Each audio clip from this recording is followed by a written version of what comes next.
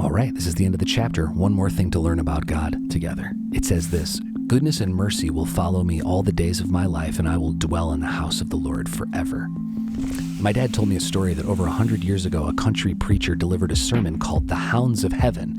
It was about two sheepdogs called Goodness and Mercy, and they were following everyone, everywhere. That's why it says in the passage, surely goodness and mercy shall follow me all the days of my life. My dad wrote a song about it with a friend of ours, Jason Ingram, and here are the lyrics. With me in the rising sun, with me when the day is done, the kindness of your heart. Never failing in the night, in your presence I will find the kindness of your heart. Your goodness. Everywhere I turn, I see your mercy chasing after me. What would happen if you looked like that? If you thought like that about your life? That God's goodness and God's mercy is following you every single day? That you couldn't wake up and not have God's goodness and mercy following you?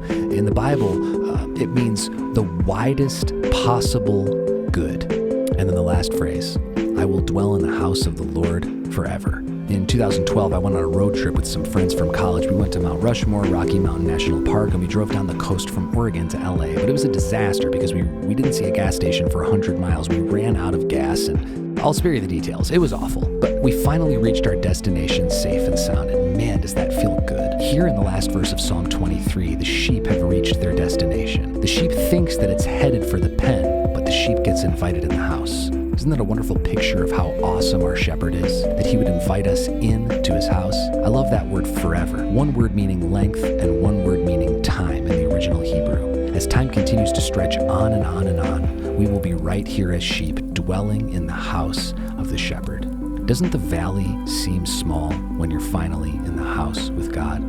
Because that's the kind of shepherd God is. He invites us into his house forever. And goodness and mercy will follow us all the days of our life. That's an awesome thing about God. Do you believe it?